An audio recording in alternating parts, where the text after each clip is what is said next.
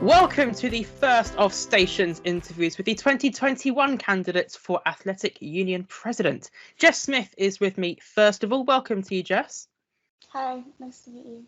Nice to meet you too. What's it like being on the virtual campaign trail? Then obviously you can't be in person, you can't be outside the library handing out stickers and leaflets, talking to people. So how have you been getting the message out? Yeah, it's been quite different this time. A lot of social media campaigning, making sure graphics are really crisp and the information's extremely clear to candidates, and working out how to outreach to groups who maybe are less involved, like first years who aren't in St Andrews and that kind of thing. Let's talk about your manifesto. You've spoken about wanting to make sport in St Andrews more financially accessible by championing new provisions. There's no mention of those new provisions in your manifesto, so what are they? Yeah, good question. So I think already the AU are working towards this kind of thing. So bursaries, so students who are already on bursary schemes would hopefully be moving towards getting free gym membership, that kind of thing.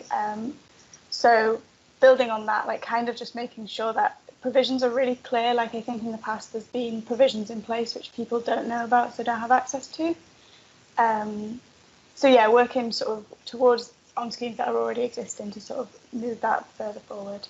And one of your rivals for the position, Sam Winton, is founded a charity called Here for Sport, the basis of which is very much about trying to make sport more accessible and more affordable. So how do you plan on competing with somebody with that track record? That's a great question. I think the overall picture is really important as well. So whilst that's one of Sam's particular strengths, I think I'm bringing other strengths to the table as well. And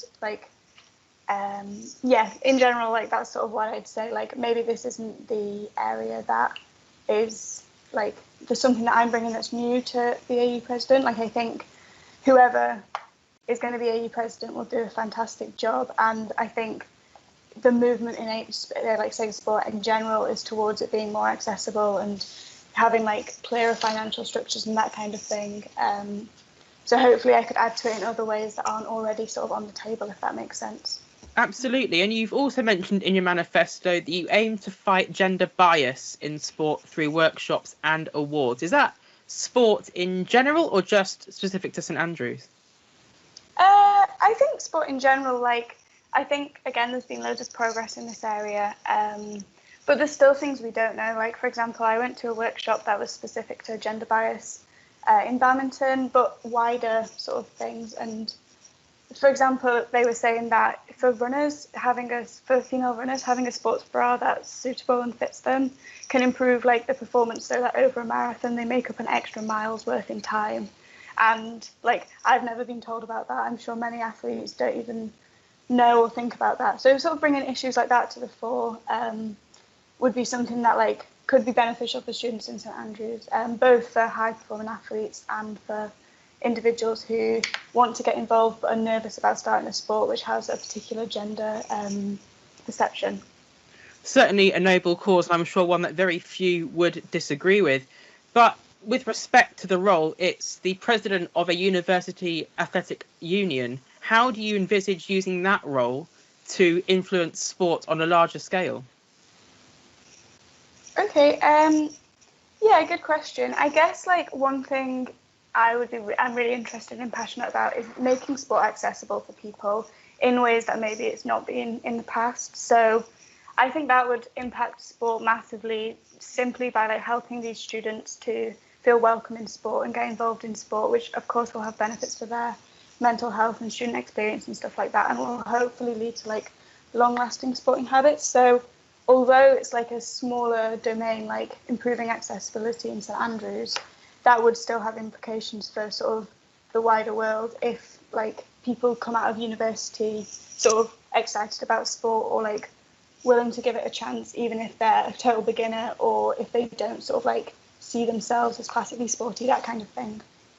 Okay, and you've obviously got a lot of policies in your manifesto, a lot of the so-called whats, not a lot of the hows. So have you actually worked out how you're planning on doing a lot of what you put in your manifesto? Yeah, I think so. You think so? You're running for presidency. You should know, surely. Okay, then, yeah, I know that the policies that I put in my manifesto will work and that I can sort of bring them through. a lot of them are building on things that are either already present but not clear, or are improving something that's already in place. Like, I've chatted to a lot of people building the manifesto, a lot of sports clubs and stuff like that, and so I'm like building on things that I know will work, if that makes sense.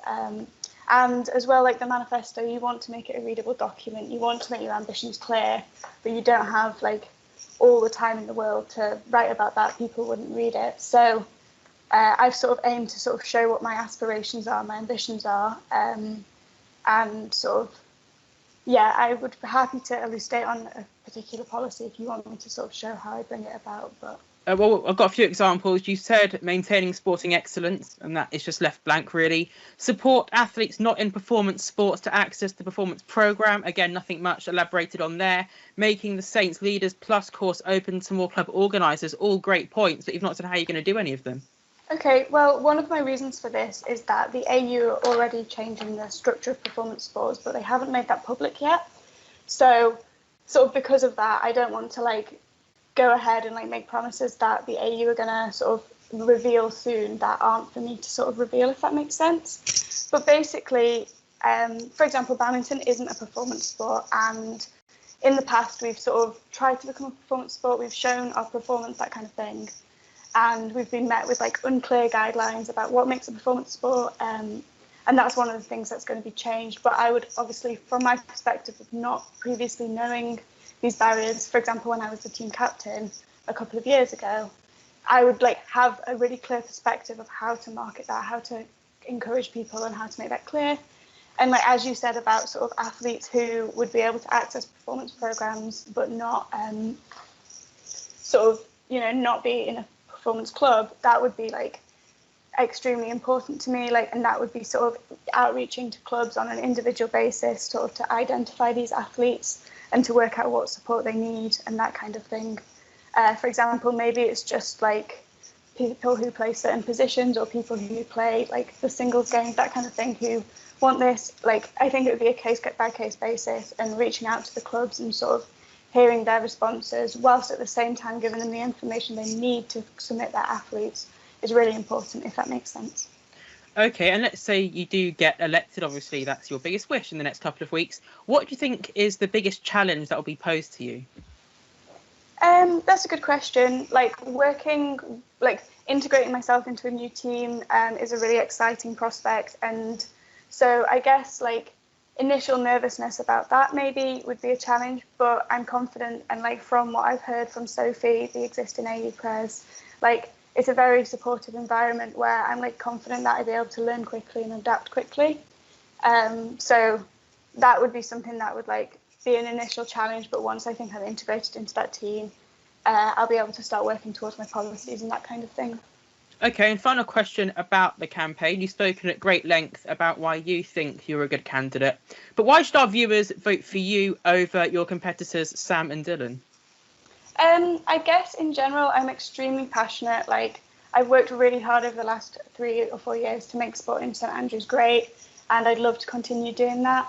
I'm not from a performance sport like the other two candidates, which means I'm coming at this from a different perspective. I have smaller clubs in mind. I have clubs who want to progress in mind. And just in general, I'd love to see St. Andrews, like the AU, more inclusive and more accessible, whilst at the same time maintaining what it does excellently, which is supporting athletes. I don't think anyone can doubt your passion for both sport and indeed for the role of AU president. Let's move on to talking about you on a more personal level. You've got a huge sporting background, we know that already. What else is there to know about Jess Smith, though? Great question. Well, I love cooking. That's one of the things that I do to relax. Me and my old flatmate have a food Instagram channel where we keep updated and that kind of thing. So I love doing that. I'm also like, I really enjoy reading and then like socializing and stuff, although that's taken a bit of a hit. Well, on that note, actually, what's the first thing you plan on doing when normality, whatever that might be when we return to it, is finally restored? Maybe like a games night at a pub or something like that, you know, with a group of different people. Sounds like a good plan. And what would you say that, just in general, your biggest strengths and your biggest weaknesses are in terms of your character? Good. That's an interesting question. In terms of strengths, I think I am extremely hardworking, and if I set my mind to something, then I will carry it through to a high standard. And in terms of weakness, perhaps maybe like I have sort of like high expectations of like other people and that kind of thing. So sometimes I'd maybe be a little bit disappointed if something doesn't go the way that I sort of see it going. Potentially, but as well, like I really feel like that's grown over the last few years. Like as like president of the badminton club and stuff like that, like I do feel like I've developed and grown in that area. So I like, you know, that kind of thing. And looking back on your time at St. Andrews, what's the craziest story that you've got to tell our viewers? Wow. I don't know. I guess I was adopted twice. Like I got adopted in my first year and then again in my second year. So maybe that's like an unusual thing to happen. So you betrayed your first academic parents? Well, potentially, but it was also, I was supporting my friends as well with the second time, so I think it was a dual motive. Okay, I think you've just about saved that one. So we are going to finish with some quick fire questions. So when you're ready, first up, badminton singles or doubles? Doubles for me. If you could have your dream concert, which 3 artists would you pick? Great question. Maybe Lizzo,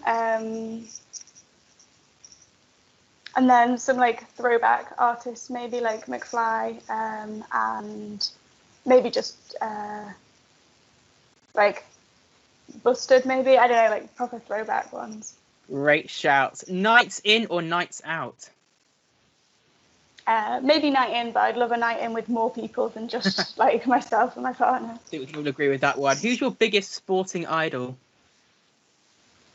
That's a really great question. Well, I'm from Sheffield, so Jess Ennis, or Jess Ennis Hill as she now is, like, you know, I've met her, like I see her in the woods sometimes when she's walking her dog. So maybe her, because she, I think, has done a massive sort of, you know, great thing and is really advocating for sport and health right now.